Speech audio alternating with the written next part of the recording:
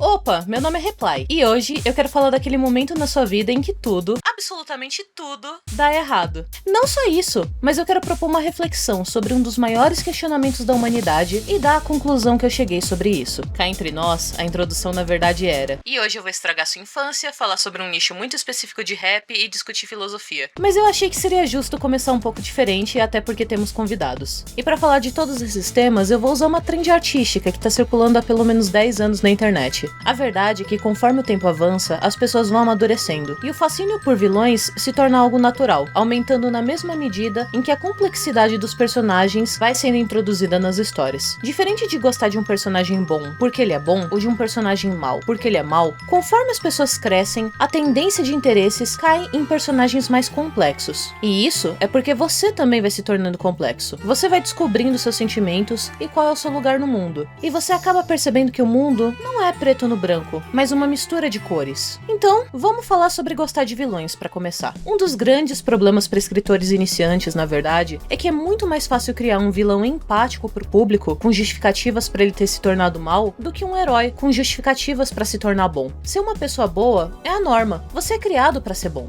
Se tudo der certo na sua vida, você vai ser bom. Ser bom acaba se tornando o natural e o esperado. E embora seja o que se espera de todo mundo, por ser um padrão inalcançável, acaba sendo menos interessante do que uma história que tem o objetivo de te entreter mostrando alguém que falhou, como você. Então surge uma dúvida, que ficou muito famosa num quadrinho da Piada Mortal, num confronto entre o Coringa e o Batman. Será que um dia ruim bastaria para converter uma pessoa boa em uma pessoa má? Todos esses questionamentos que são feitos tanto em narrativas quanto na vida real sumarizam a existência do Bad End Friends, que é a trend que eu quero falar e acaba ressoando com isso. Basicamente a ideia é pegar um personagem considerado o herói da história, uma pessoa com um bom caráter, e dar a ela o pior final possível. Geralmente isso é feito no confronto final ou em um momento em que o personagem chegou muito perto de perder tudo. Ou seja, amigos que tiveram um final infeliz. Pra ser sincera, eu já conhecia muito bem todas essas histórias que eu vou falar, porque eu tenho um passado fanfiqueiro. Mas eu só fui lembrar disso e associar com arte porque recentemente eu caí no mundo dos raps de anime e eu vi essa pérola aqui que me botou pra pensar. E pra gente pensar melhor sobre isso,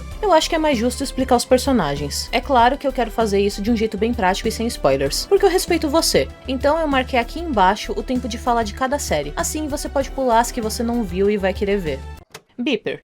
Beeper é o Dipper de Gravity Falls. Foi o primeiro e provavelmente quem inaugurou a tendência nessa modernidade. O Dipper, no caso, ele foi possuído pelo Bill Cipher. Nesse universo alternativo, o Dipper e a Mabel não conseguiram tirar o Bill do corpo do Dipper, no episódio Ópera de Meias. Nesse episódio, depois do Dipper ficar tentando decifrar um código por várias e várias noites, ele atinge seu limite máximo de tentativas de senhas, e vê que todas as respostas que ele tanto buscava iam se autodestruir. Então chega o Bill Cipher, um demônio interdimensional que propõe: você tem tantos fantoches, eu te dou a senha se você me dá um deles. Mas quando o Bill vai escolher um dos fantoches, ele escolhe o corpo do Dipper. A mente do Dipper acaba se separando do próprio corpo, tendo que ver à distância o demônio quebrar o computador. No show, ele é derrotado pelos gêmeos, mas nessa realidade alternativa, ele que prevalece. Recebeu pela comunidade a música Wolf in Sheep's Clothing como um tema principal, uma escolha bem óbvia, eu diria.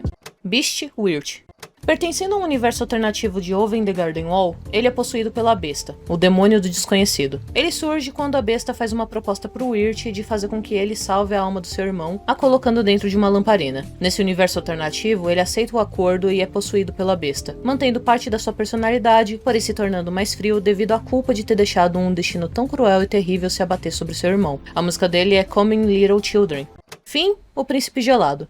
Ok, talvez esse tenha uma das maiores histórias pra contar. Tudo teve início quando Finn, em uma linha de tempo já alternativa, foi ludibriado pelo Lich, um ser cósmico ancestral que personifica a morte inevitável das coisas. O Lich convenceu Finn a ajudá-lo a criar um portal para alcançar a Cela do Tempo do Prismo. Finn e seu irmão não biológico, Jake, seguiram ele até a sala para tentar descobrir que era fútil. O Lich desejava a extinção de toda a vida. Em um momento de pensamento impulsivo, Finn optou por desejar um mundo onde o Lich já tivesse sido derrotado. A partir desse ponto, uma nova nova linha do tempo se desdobrou em uma realidade onde o Finn era um jovem com um braço robótico, vivendo com a sua família e um cachorro chamado Jake. Em um momento difícil, a família teve que vender a própria mula, e ao tentar recuperá-la, quando ela subiu em um galho de árvore, o Finn caiu em um buraco, encontrando uma enorme bomba congelada e um esqueleto embaixo dela. O esqueleto usando uma coroa de ouro. Esse esqueleto era o Simon, o rei gelado original, que sacrificou a vida para congelar a bomba e salvar o mundo da destruição. Desconfiado da história, Finn tentou pegar a coroa, desencadeando a aparição de uma senhora de 1000 anos. Ela explicou a verdade sobre Simon, mas Finn, descrente, pegou a coroa mesmo assim. Ao tentar vendê-la, ele e a mula foram roubados pela gangue Destiny. Forçados a lutar contra ele, Finn conseguiu recuperar a coroa, mas o líder alertou sobre a aldeia em chamas e a sua casa sendo a próxima. Correndo para casa, Finn encontrou sua família desesperada e a única maneira de salvá-los era usando os poderes da coroa. Ao fazê-lo, Finn adquiriu habilidades de gelo, parecendo com o rei gelado original. Seu cabelo cresceu, ele congelou a sua casa e a gangue que os ameaçava. No entanto, a bomba subterrânea rachou e explodiu. Ele conseguiu salvar um personagem o cobrindo com gelo, iniciando a própria loucura. Influenciado pela magia maligna da coroa, ele ouvia vozes e começou um processo de achar que ele deveria congelar todos para poder salvá-los.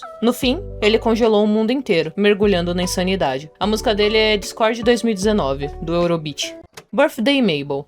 Esse, bem, pra mim é uma das maiores forçações de barra que o fandom poderia fazer. E me parece claro que as pessoas só queriam que o Beeper pudesse ser acompanhado da irmã. Mas vamos nessa. Mabel mal pode esperar pelo seu aniversário e convida todos que conhece, inclusive seu irmão. Porém, ninguém aparece na festa. Como Mabel adora estar perto de pessoas, ela não suporta ficar sozinha. Como resultado, ela começa a perder a sanidade e dá sua própria festa triste. Eventualmente, ela enlouquece por ficar sozinha e destrói a casa, tacando fogo nela inteira e se privando completamente de sono até que a festa acabe. Ela finalmente encontra com o Beeper, mas no seu estado mental delirante, ela simplesmente o aceita como seu irmão. Ela aceita que, na verdade, o Bill Cipher que tá possuindo ele é o Beeper normal e é isso. Ela não se importa com quão estranho ele se comporta e ela tá feliz por ele tá lá. Esse AU geralmente é usado como uma continuação pro AU do Beeper. A Mabel se sente extremamente culpada por não ter sido capaz de salvá-lo, e por isso ela perde sanidade tão rapidamente. A música dela é Pity Party, da Melanie Martinez.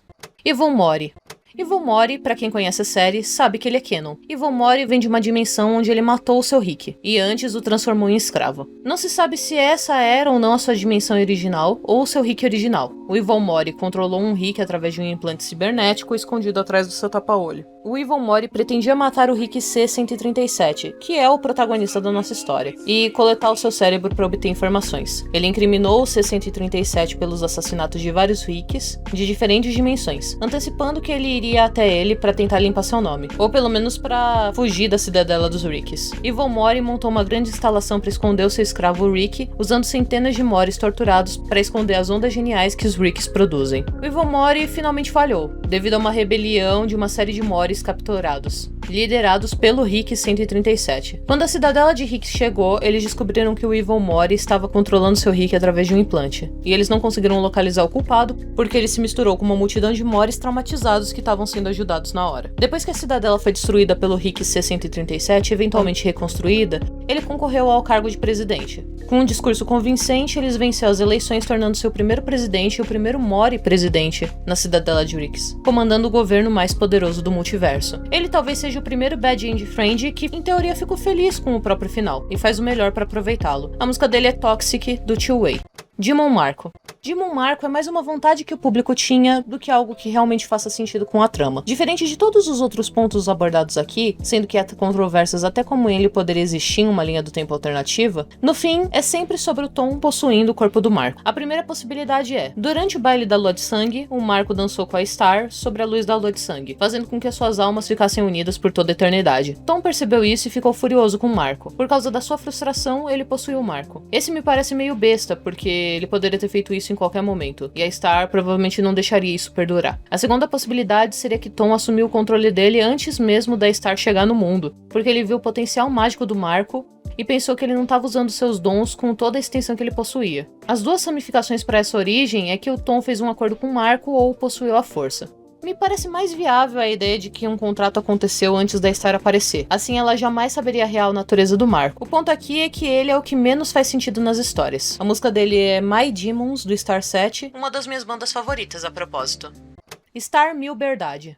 Ela aparece pela primeira vez no episódio de mesmo nome. Nesse episódio, a Star se transforma na sua forma de Milberdade, que parece uma grande borboleta roxa. Essa Milberdade é causada por estar perto dos meninos na época em que um ser humano entraria na puberdade. Vários corações roxos crescem na pele dela, perto da presença do sexo oposto, e esses crescem mais conforme a exposição for prolongada. Eventualmente, eles formam um casulo ao redor da pessoa, e quando a pessoa emerge do casulo, ela está na forma da Milberdade. O efeito normalmente passa, ou ele pode nunca mais passar, que é o que acontece nesse universo alternativo. Ele nunca mais passou. A música dela é Dolls, da Bella Porte. Steven Yellow. Esse aqui talvez seja o mais fora da caixinha. Na série original, a Rose Quartz dá a luz a Steven sacrificando sua própria forma física. Nesse universo alternativo, o que acontece é que no lugar dela, a Yellow Diamond que se sacrifica para fazer um experimento. Com todo o amparo das outras Diamonds, ele é criado para eventualmente se tornar o líder de todas, conquistando planetas, até encontrar as Crystal Gems. Infelizmente, elas são derrotadas por ele com facilidade. A música dele é Play With Fire. Frisk Genocida. Pra quem jogou Undertale ou participou do fandom, pode até parecer piada ele ter demorado tanto pra aparecer, mas a verdade é que por sua presença ser totalmente canônica, muito antes da conceitualização de Bad and Friends, ele meio que foi esquecido por ser óbvio. Pra quem não sabe, em Undertale há a possibilidade de você fazer um jogo onde você mata absolutamente todos os monstros das regiões por onde você passa. Caso você o faça, você faz o que chamariam de rota genocida. I reply, mas por que o nome não é Chara Genocida? Basicamente porque, mesmo sob influência, foi o Frisk que foi responsável por matar todos. Então, ele é o personagem incorruptível da história. Só salientando, eu digo o personagem de forma neutra, já que o jogo lida com metalinguagem e no fim o gênero e idade do personagem cabe a cada jogador decidir. A música dele é Bring Me to Life. Mother Widow. Esse eu fiquei surpresa quando soube, justamente por causa da criatividade do pessoal. Talvez seja o personagem com maior backstory inventada e que mesmo assim possa obter um consenso entre a comunidade. Os eventos no caso aconteceram após o final do filme. O final ruim ocorre quando Coraline não conseguiu se livrar da chave e a porta continuou chamando por ela. Ela não resiste e volta ao outro mundo. Lá ela encontra a outra mãe que estava sozinha e muito fraca após a sua última visita por não ter se alimentado. Algum tempo depois, Coraline faz algo que a livra da outra mãe, para sempre. Mas, quando isso acontece, ela coleta a energia restante da outra mãe. Essa energia transforma Coraline em algo parecido com a outra mãe, mas ela não quis desistir da própria personalidade, então ela só tem o corpo todo transformado. A música dela é Gasoline, da Halsey. E por último, mas não menos importante, Velma.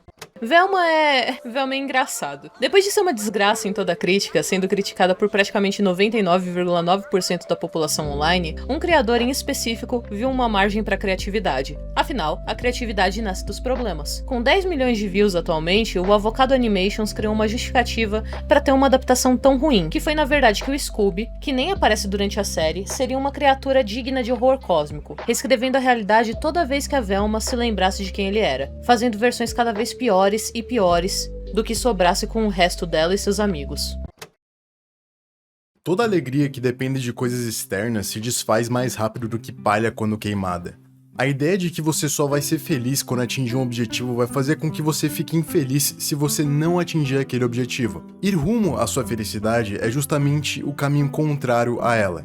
Tendo em vista que é uma prática inerente estar presente para estar feliz, e todos aqueles que premeditam o futuro de modo incessante são infelizes. Por isso, você nunca deve acreditar que qualquer pessoa que dependa da felicidade é de fato feliz. Os romanos acreditavam na deusa Fortuna, a qual poderia trazer coisas boas ou ruins independente do seu status na vida. Ela era imprevisível e não julgava ninguém por dinheiro ou por aparência. Era democrática em sua aleatoriedade, muitas vezes representada como uma roda onde você poderia estar em cima e depois embaixo, assim como a nossa concepção atual de que às vezes estamos no topo da montanha e às vezes embaixo. Podemos chamar a fortuna de destino, e todos nós sabemos como o destino é imprevisível. Mesmo a previsão do tempo erra de vez em quando, e até com mais frequência do que queríamos. A natureza do ser humano, na verdade, é tentar prever o destino para que possamos nos preparar para as adversidades e adiantarmos o que temos que fazer. Mas se observar sua própria vida, você verá que muito pouco do que você quis realmente foi do jeito que você imaginou. Muito do que não esperava aconteceu. Quando temos um sonho, seguimos ele com todo o nosso coração, mesmo que sejamos apenas amadores e não profissionais. Seguimos em frente com a esperança de que um dia realizaremos aquilo que desejamos. oramos, rezamos aos deuses para que eles nos deem o que pedimos, fazemos boas ações para que o destino nos recompense,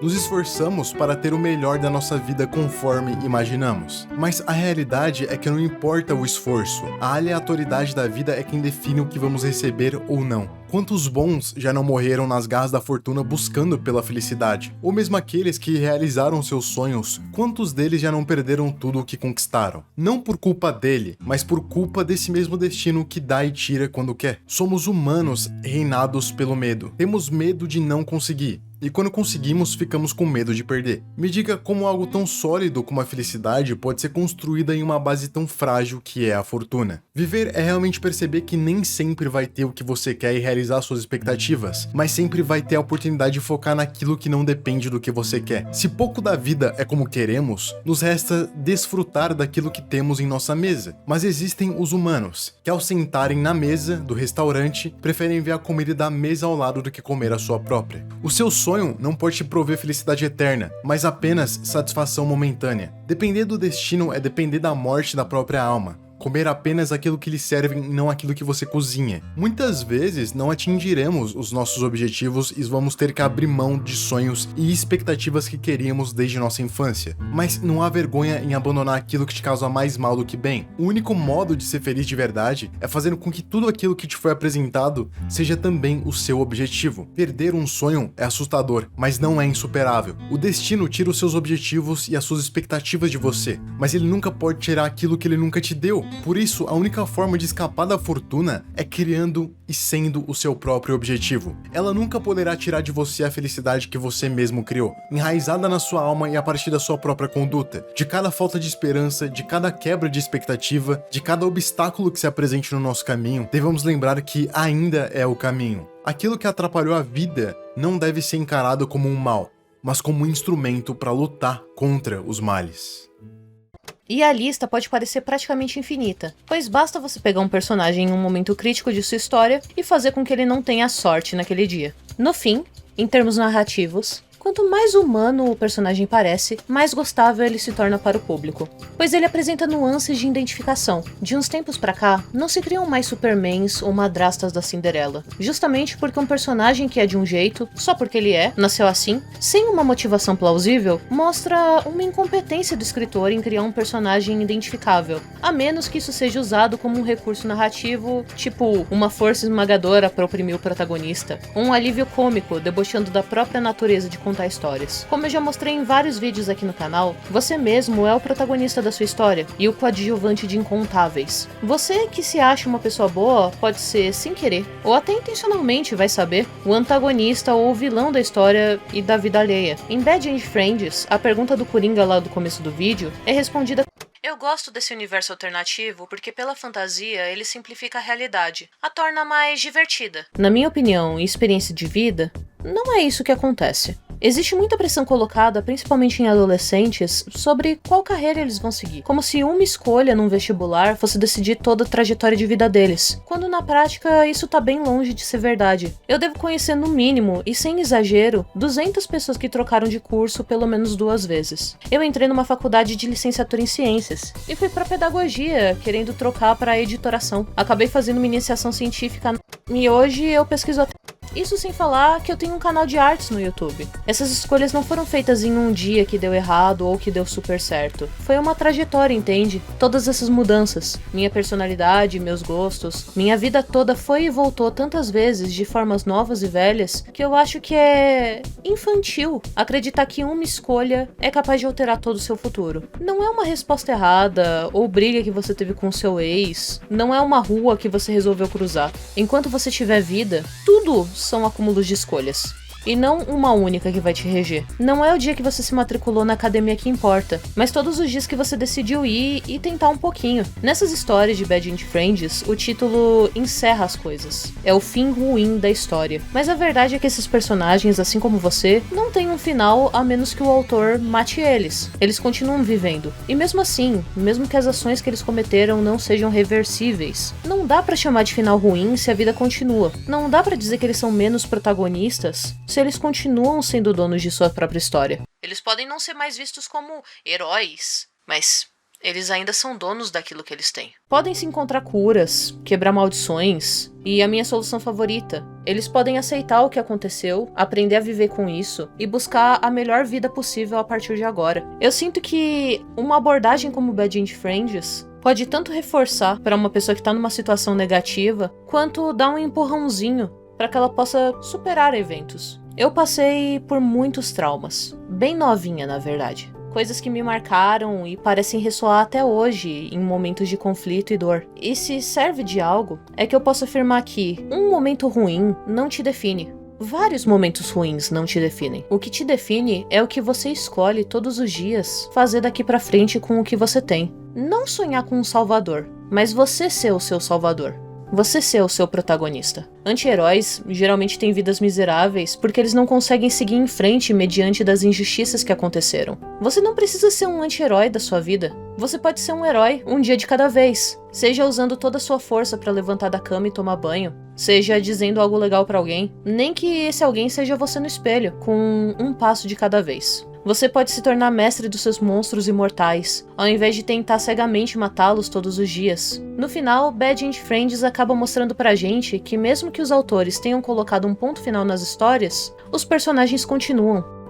Os autores podem ter dito, esse é o final e você vai ser infeliz pra sempre. Uma comunidade inteira de artistas se juntarem pra desenhar a infelicidade alheia. Mesmo assim, eles deram um jeito de, apesar de tudo, encontrar amigos que compartilham dores e dão um jeito de se divertir juntos. É uma dicotomia tão triste que chega a ser engraçada pra mim.